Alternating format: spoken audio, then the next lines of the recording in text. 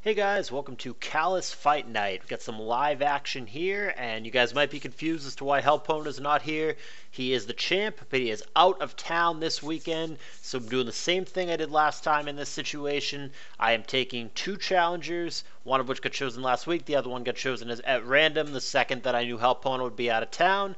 They're going to fight each other, and the winner is going to fight Hellpone when he returns next weekend. So, we have Bushtush here. He's on La Tush. And we've got Zomog on the top.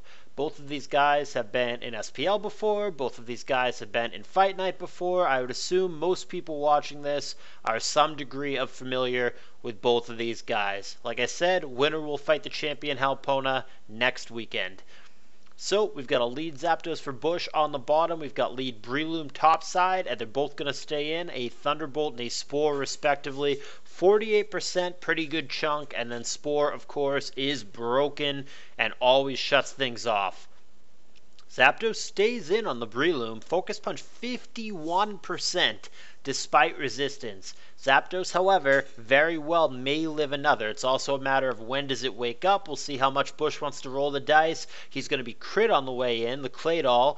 That's not good for Bush, obviously. And that's going to put him in a tough spot. He could actually be faster than Breloom here, potentially, if it's a very fast doll and a slow loom. But probably the Breloom is faster and can just kill it here with a follow-up attack. That crit very likely matters. And there is a Sky Uppercut from the faster Breloom knocking out the Claydol. Early lead for Zomog for sure. He's already knocked out a poke, almost consequence-free, and the Zapdos is damaged and asleep. As it turns out, there is a Dugtrio for Bushtush, so that will kill the Breloom. Whether or not he gets hit with the Effect Spore ability after the fact, that's yet to be determined, but this is certainly the right play. You've got to do what you've got to do. You've got to get the Breloom out of the way, so you roll the dice on the stupid Effect Spore. If it happens, it happens. If it doesn't, it doesn't, but you've got to kill the Breloom here. And I'm not sure what's being thought about. It's clearly Aerial Ace. Ooh, Zomog actually has Mach Punch, so he has... The set that he has there is triple fighting move. He has Spore, Focus Punch, Sky Uppercut, Mach Punch. Very interesting. And now we have Tyranitar coming in for Zomog. No idea if there's a bulky water for Bushtush. Very well may be. The Dugtrio is something that Zomog now knows about, obviously.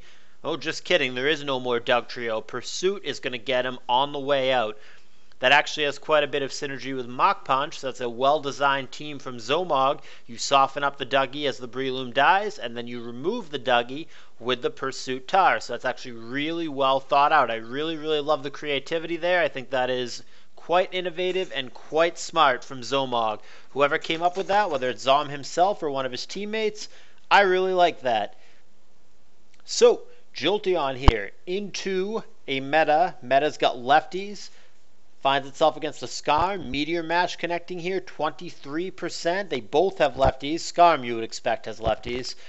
And here comes a Cloyster. So obviously an offensive team for Zomog.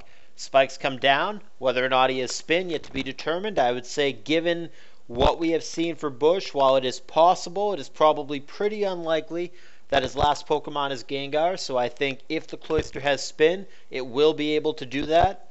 Now, granted, the Zapdos could come in on it, but it's still asleep, so we'd have to watch a possible Ice Beam, which Cloyster sometimes carries. Most of them probably don't, but it's common enough to where got to be a little bit careful about it.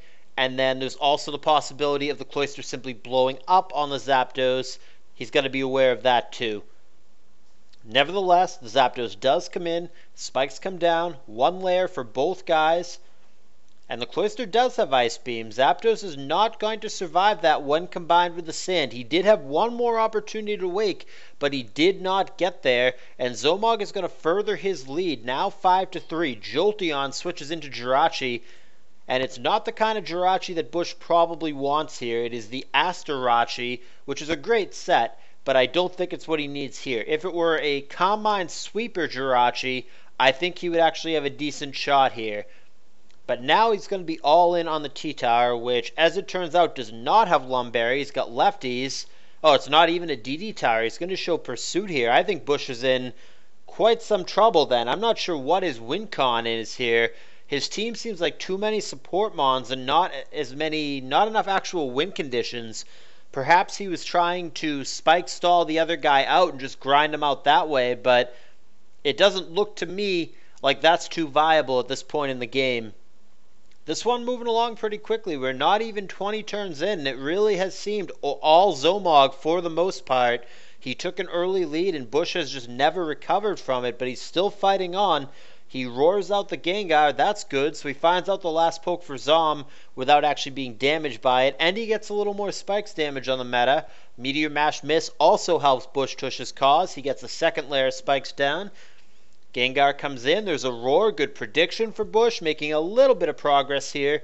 But he is so far behind that he has to do so many of these plays just to inch his way back into the game. Not saying it isn't possible, but he's in a really, really bad spot. You've got to think that this is going to go Zomog's way.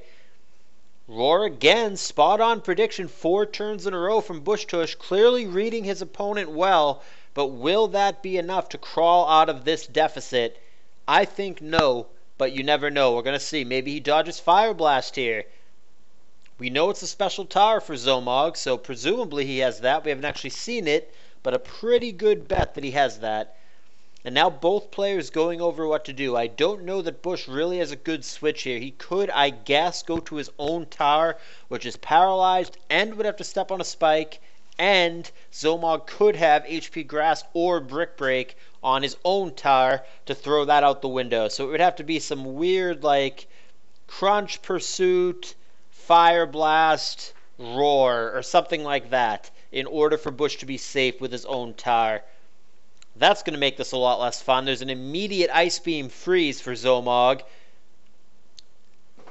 Skarm is going to have to thaw basically immediately, or this is more or less done for Bush. He was already in a bad spot. He cannot afford to get unlucky, and that's exactly what happened here. Going to go Ice Beam as the Jirachi comes in. Here's the Wish. There's Crunch. Does he actually not have Fire Blast? Maybe that's a glimmer of hope for Bushtush. The Crunch gets the Specs drop, though. That's definitely not what he's looking for. Nevertheless, Protect combining with Wish. Full health Jirachi here. Wishing again. Crunch is doing more damage now, about a third with that one because of the Specs drop. He's going to try to pass Wish to his T-Tar, and he's going to do so successfully. He's going to hang on at 5%, and the Wish and Lefty is going to get him back up to 62. Now, can he do anything with it? First of all, does Zomog have Brick Break or HP Grass? Those would both be bad. Second of all, if not, does Bush have the ability through the para to make the right prediction and hit the target, whatever it ends up being, directly on the money? You know, if it's Gengar, you want Crunch. If it is the Metagross, you want Fire Blast. Not going to have an opportunity for any of that, as it turns out. It does, in fact, have Brick Break, and that is going to take any amount of suspense out of it. T-Tar faints, and it is only the Skarm and the Jirachi remaining at this point for Bush. Not looking great. Maybe the Jirachi can sweep. It's possible, but that's pretty much his only bet at this point. It's good for him that Zomog can't actually really touch it too much with this T-Tower. More than 0, but the Crunches, as long as he doesn't get another Specs drop, are very manageable at just 25%. The problem is I don't know how Bush touches him back. Body Slam there finds Para, which is a 60% chance of doing. That's fine and well, but how do you damage the tower is the problem. You can probably tough it out and not get killed by the tower for a while, but how do you actually kill it? And I don't know what the answer is to that puzzle.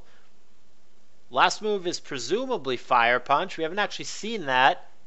I mean, it could randomly be Thunderbolt or Ice Punch or something along those lines. It's usually Fire Punch on this set, and if that is the case, that'll obviously not help him very much against this T-Tower. I really don't know how he kills it. Maybe in some convoluted way he eventually heals and thaws the Skarm. Skarm gets him out of the way. You slowly wear the thing down with spikes damage. That just does not seem sustainable, and this is going absolutely nowhere. Body Slam 8%, almost negated by lefties. Here comes Skarm, trying to pass a Wish.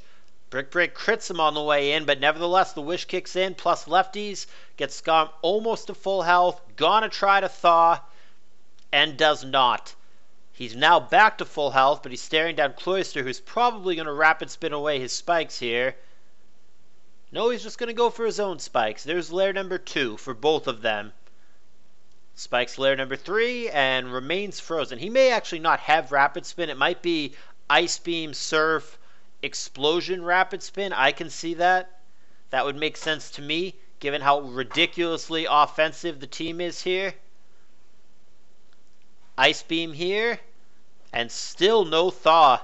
Bush has had many opportunities, probably 5 or 6 of them now, to thaw out, and he has not gotten there. He still has opportunities.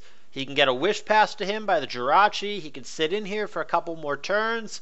Lot of chances to just not be frozen anymore, and he's just not getting there. Once again he stays in, and once again he refuses to thaw.